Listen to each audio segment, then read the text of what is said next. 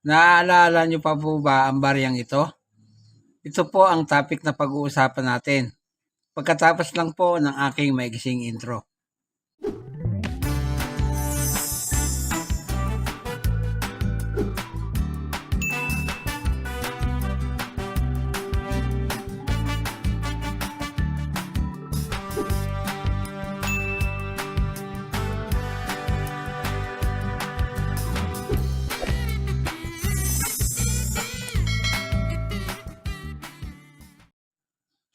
Magandang araw po sa inyong lahat, lalo na sa aking mga kabarya at kapwa kolektor.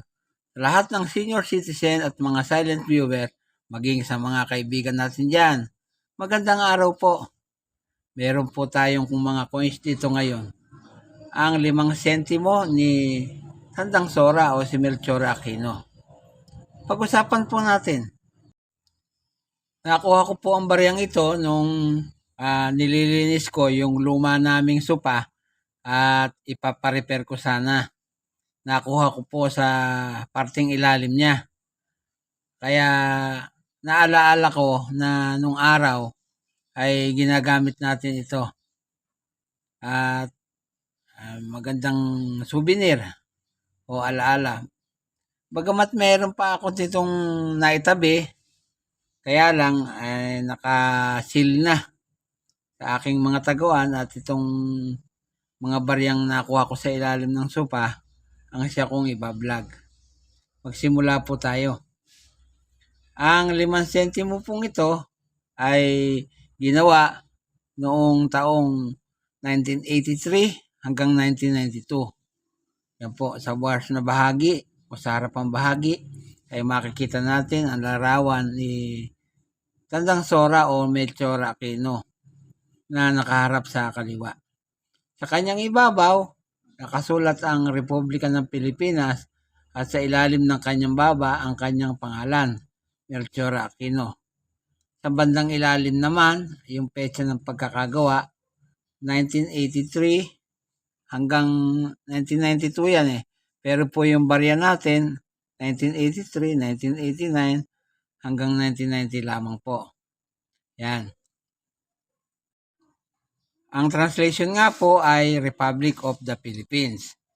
Sa likod na bahagi, yan po, ay makakita tayo ng bulaklak ng waling-waling orchids o tinatawag na Banda Senderania ang scientific name niya.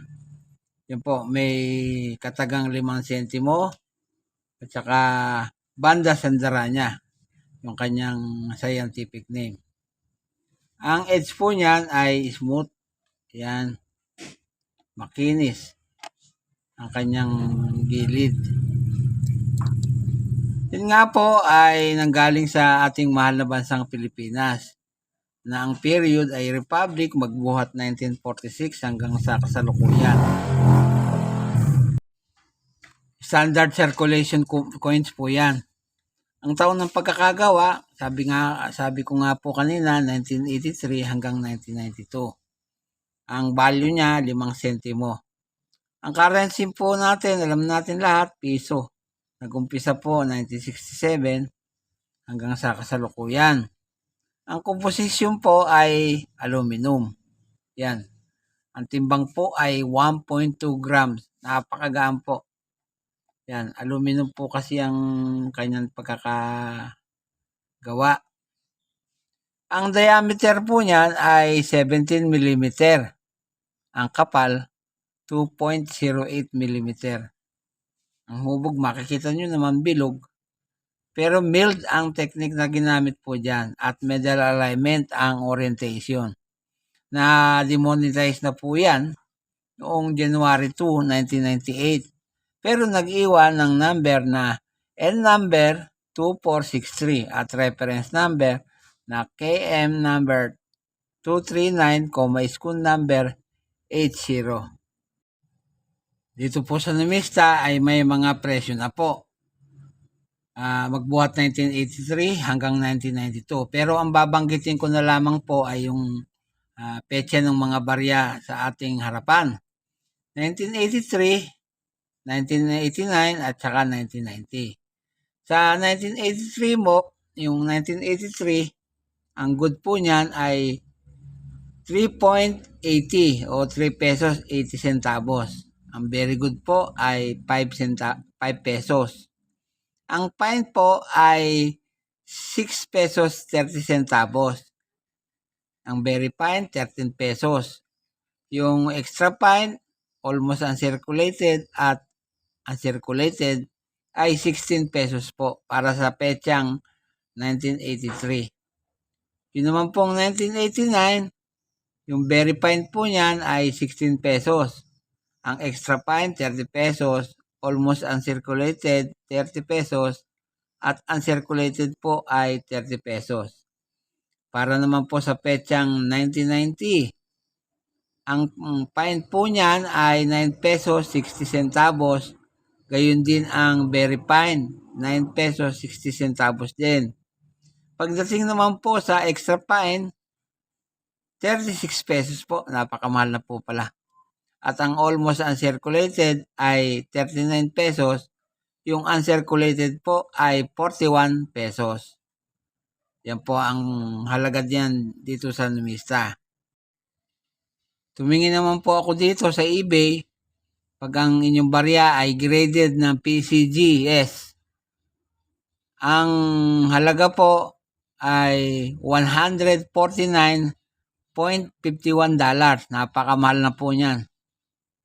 Yung po naman sa isa pang eBay, nagkakalaga po ng $6.16 bawat isa. Pero makikinis po ito. At sa Jerome Collection, yung petsang 1983, nagkakahalaga po ng €1.29. Yan po lamang at wala nang iba.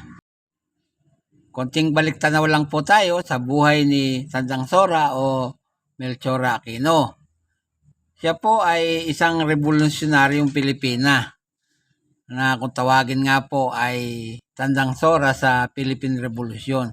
Kasi siya po ang itinatanghal na Grand Woman of the Revolution o isa pa siya sa Mother of Balintawak. Yan. Pinanganak po siya noong January 6 na 1812 sa Caloocan. Pero namatay po siya February 1919 sa edad na 107. Ang kanyang mga magulang ay si Valentina Aquino at Juan Aquino. Yan po. Nagkaanak po siya, si Saturnina Ramos, Juana Ramos, at si Simon Ramos. Si Juan A. Ramos, Romualdo Ramos, at si Estefania Ramos. Yan po ay yung mga naging anak ni Tandang Sora. At yung kanyang asawa naman ay nagngangalang Fulgencio Ramos na namatay po noong 1856. Yan po. Si Tandang Sora po ay tumutulong sa mga katipunan. Siya po ang nanggagamot kung may mga sakit ang katipunero. Kaya binansagan po siya na Grand Woman of the Revolution.